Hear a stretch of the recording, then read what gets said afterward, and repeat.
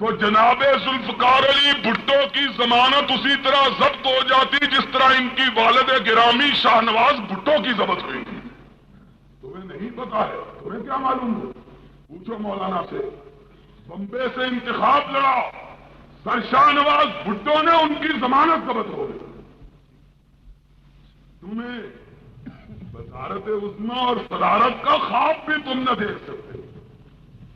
یہ اعزاز تمہیں ملا تو اس وجہ سے ملا کہ سرور کونین کے نام پہ ملک بن چکا تھا. اگر نہ بنا ہوتا تو تم ایم این اے نہ ہو سکتے، ایم پی اے نہ ہو سکتے، قومی اسمبلی کے ممبر نہ بن سکتے. اور جن کی وجہ سے تمہیں عزت ملی ان کی احانت کی جائے، تمہارے ماتھے پہ کوئی بل نہ پڑے. اور تمہارے بارے میں اگر گفتگو کی جائے، تمہاری پیشانی شکن آلود ہو جائے، بتلاؤ کہ تم زیادہ صاحب عزت ہو کہ کائنات کا شہنشاہ تم سے زیادہ باعزت. اور خدا کی قسم تمہاری تو حیثیت کیا ہے؟ پوری کائنات کی شہنشاہیوں کو محمد کے جوتے پہ قربان کیا جا سکتا ہے علیہ السلام. تمہیں کیا پتا ہے کہ کونین کا والی اس کا مقام کیا ہے؟ اس کا مقام یہ ہے کہ اگر کملی اوڑھ کے سو جاتا ہے تو رب اس کا تذکرہ اپنے کلام میں نہیں کرتا، اس کی کملی کا بھی کر دیتا.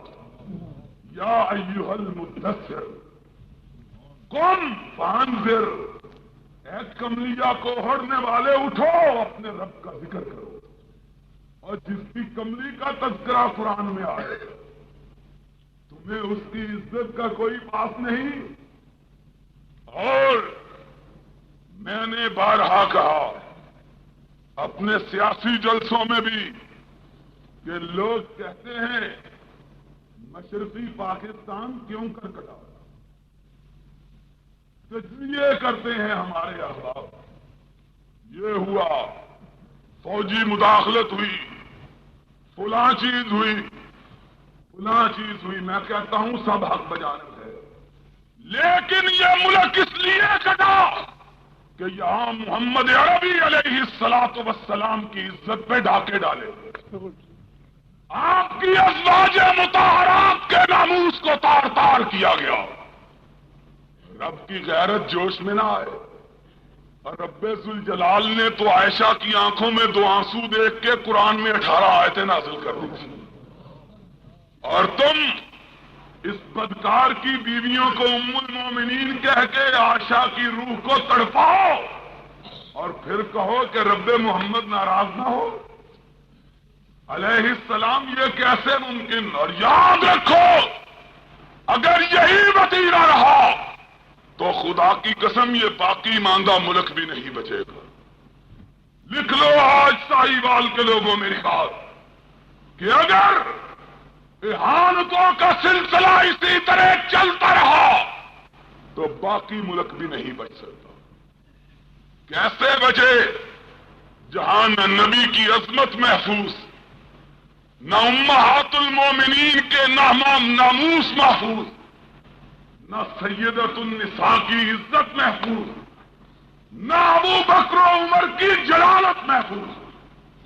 آج میں ایک مرزائی کتاب کا مطالعہ کر رہا تھا، اس میں ایک بدبخت نے کہا کہ تم ابو بکر و عمر کا کیا نام لیتے ہو؟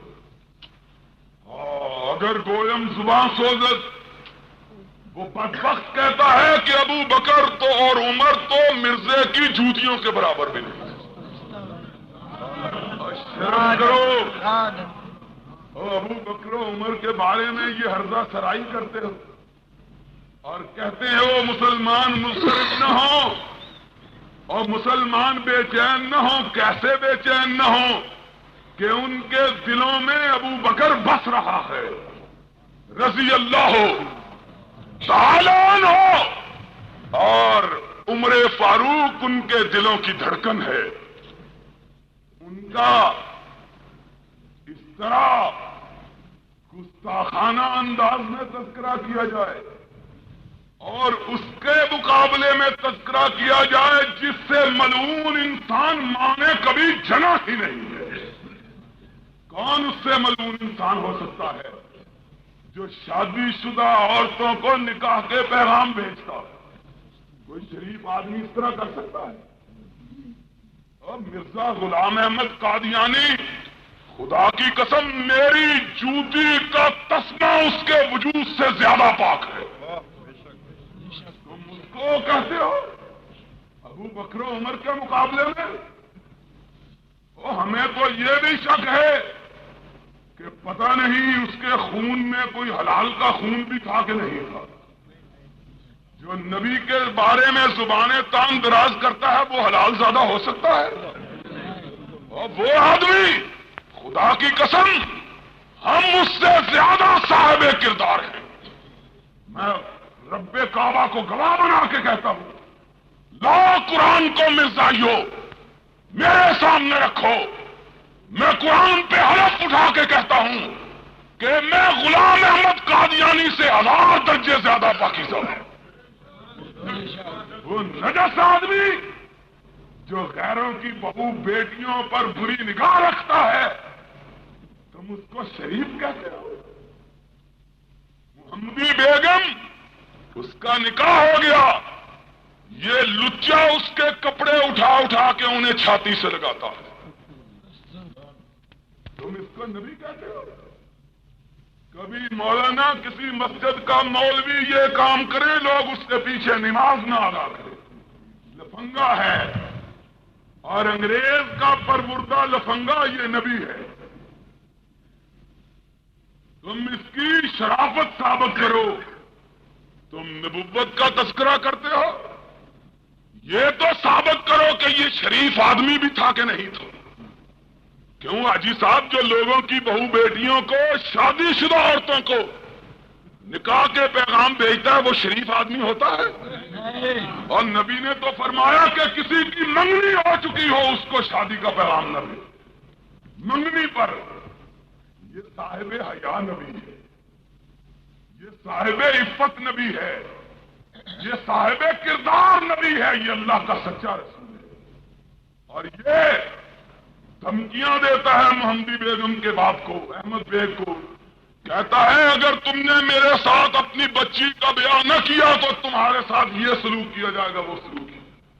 اور اس کے لفنگا پن کو دیکھو کہ اپنے بیٹے کو کہا کہ اس کو طلاق دے دو جو محمدی بیگم کی پھوپھی ہے.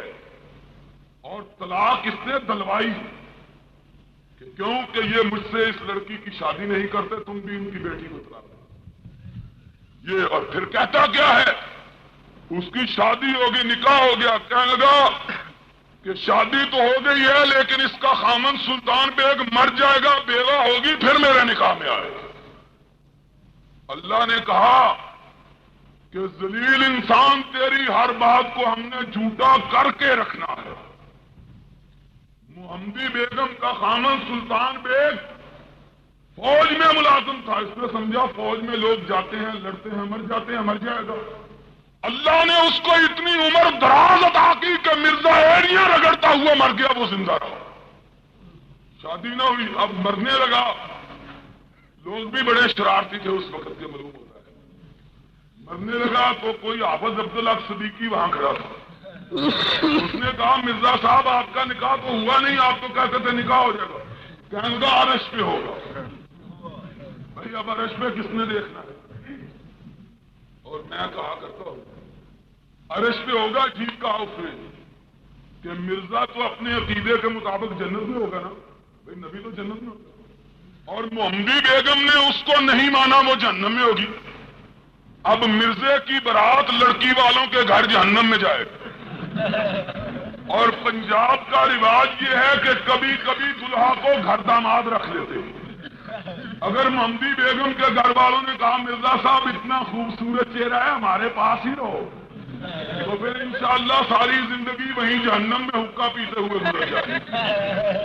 یہ پاگل کا بچہ اسے لوگوں نے نبی بنا دیا. اور لکھو سی آئی ڈی والوں، میں اسے کہتا ہوں کہ یہ پاگل کا بچہ ہے. اور ہماری غیرت کو کیا ہوا؟ لوگ ہمیں کہتے ہیں یہ آپ اتنی سخت کلامی کرتے ہیں. ہم کہتے ہیں کہ جس نے یہ کہا جو مجھے نہیں مانتا وہ حرام زادہ اور کنجریوں کی اولاد ہے. اس نے پوری کائنات کے مسلمانوں کو کہا جو مجھے نہیں مانتا وہ چاہے حرم کعبہ کا امام اور چاہے مسجد نبوی کا متولی ہو وہ حرام زادہ ہے اور یہ حلال زادہ ہے. ہم نے کہا اور کہنے لگا وہ کنجری کا بیٹا ہے. ہم نے کہا حضور لوگوں کی بات تو چھوڑو اپنے گھر کے بارے میں آپ اچھی طرح جانتے ہیں. آپ کے بڑے بیٹے فضل احمد نے آپ کو نہیں مانا. آپ کے اپنے بیٹے فضل احمد نے آپ کو نہیں مانا. اب آپ کو زیادہ اچھی طرح علم ہوگا کہ آپ کی بیوی کنجری تھی کہ نہیں. کیا کہا نا جو مجھے نہیں مانتا وہ کنجری کا بیٹا ہے. تو اب آپ فیصلہ کر لو کہ تمہاری بیوی کیا تھی. اور باقی اس نے کہا جو مجھے نہیں مانتا وہ حرام زادہ. ہم نے کہا اپنے بیٹے کے بارے میں تم ہی صحیح فیصلہ کر سکتے.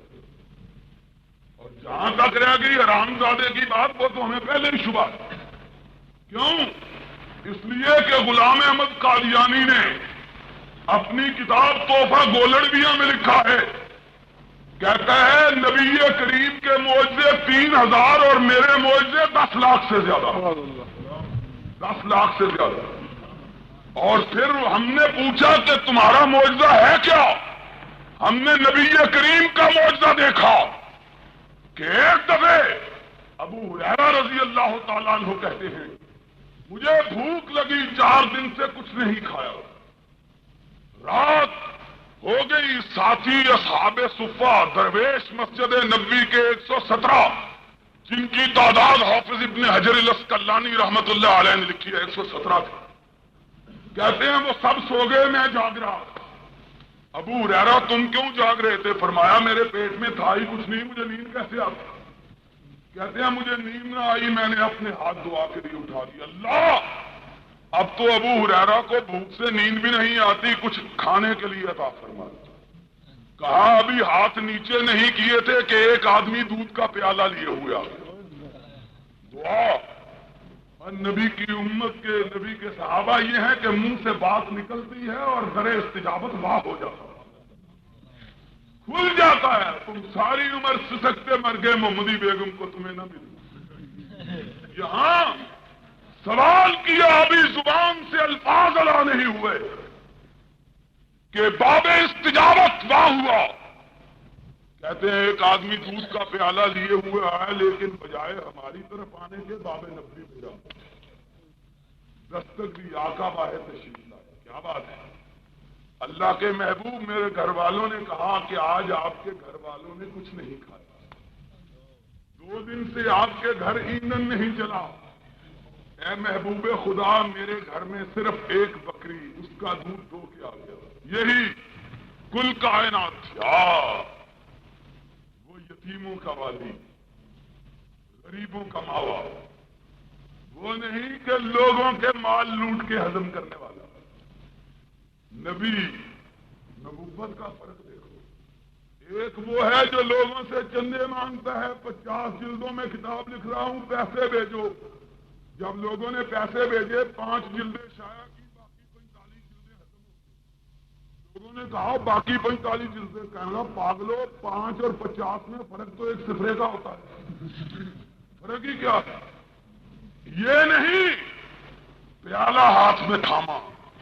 فرمایا ساتھی گھر والوں کی بھوک برداشت کر سکتا ہوں اپنی مسجد کے درویشوں کی بھوک برداشت نہیں کر سکتا. آئے فرمایا ابو ہریرہ کہتے ہیں میں جلدی سے اٹھ کے بیٹھ گیا. میں نے کہا حضور کو پتہ چل جائے میں جاگ رہا. آقا نے فرمایا ابو ہریرہ. میں نے کہا لبیک سعدیک یا رسول اللہ.